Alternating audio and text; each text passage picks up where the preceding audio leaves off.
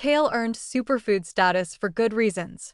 It's extraordinarily nutrient-dense with vitamins A, C, K, calcium, and powerful glucosinolates with cancer-protective properties. The nutritional profile genuinely impresses.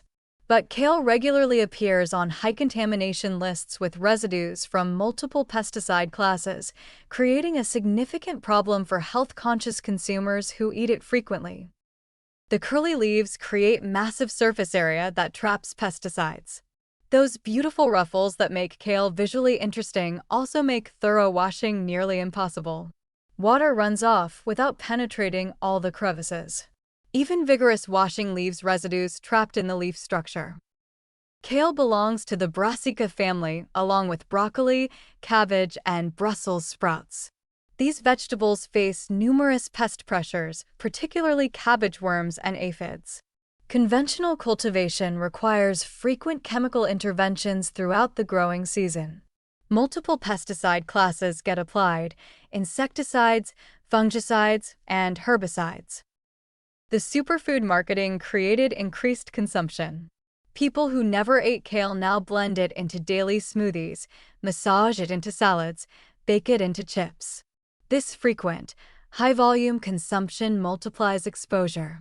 Someone having a kale smoothie every morning consumes vastly more kale than people did a generation ago, when kale was mostly garnish.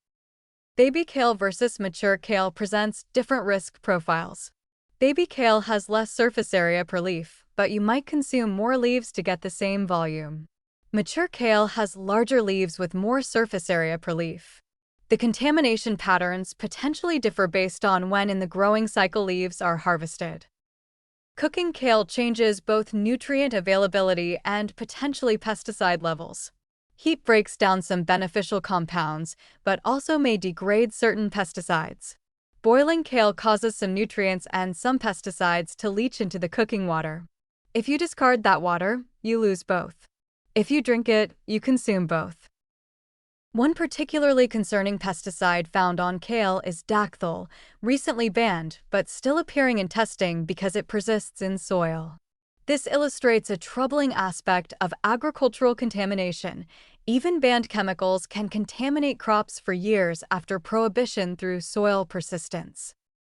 The cost difference between organic and conventional kale varies by season and location. During peak growing season, organic kale from local farms can approach conventional prices. Off-season organic kale flown in from distant farms costs significantly more. Seasonal purchasing strategies make organic kale more affordable when local harvest is abundant. Alternative leafy greens with lower contamination offer rotation options. Swiss chard provides similar nutrients with potentially different pesticide profiles. Colored greens, also in the Brassica family, might have similar contamination, but rotating greens reduces cumulative exposure to any single chemical pattern. Arugula offers peppery flavor and nutrients with different pest pressures than kale. Washing protocols specifically for kale require more than simple rinsing. Soaking kale in baking soda solution and agitating it helps remove more surface residue than water alone. But the curly structure means some residue remains regardless of washing method.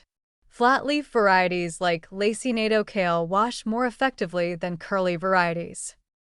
Raw versus cooked consumption in smoothies versus salads affects exposure. Raw kale in smoothies means you're consuming everything on and in the leaves. Cooking kale for soup or sauté provides opportunity for some degradation or leaching of pesticides, though you still consume whatever remains. The recipes emphasizing kale as the star ingredient need reconsideration from a contamination standpoint. Using organic kale as a primary ingredient makes sense. Using conventional kale in large quantities regularly creates concerning exposure levels. Blending strategies that use smaller amounts of kale with other organic greens reduce preserving contamination while maintaining nutritional variety. Kale remains nutritious. The glucosinolates and vitamins are real and beneficial. But the superfood hype encouraged consumption patterns that might not account for contamination realities. Strategic organic purchasing, quantity moderation, and rotation with other greens create a more balanced approach to incorporating kale in a healthy diet.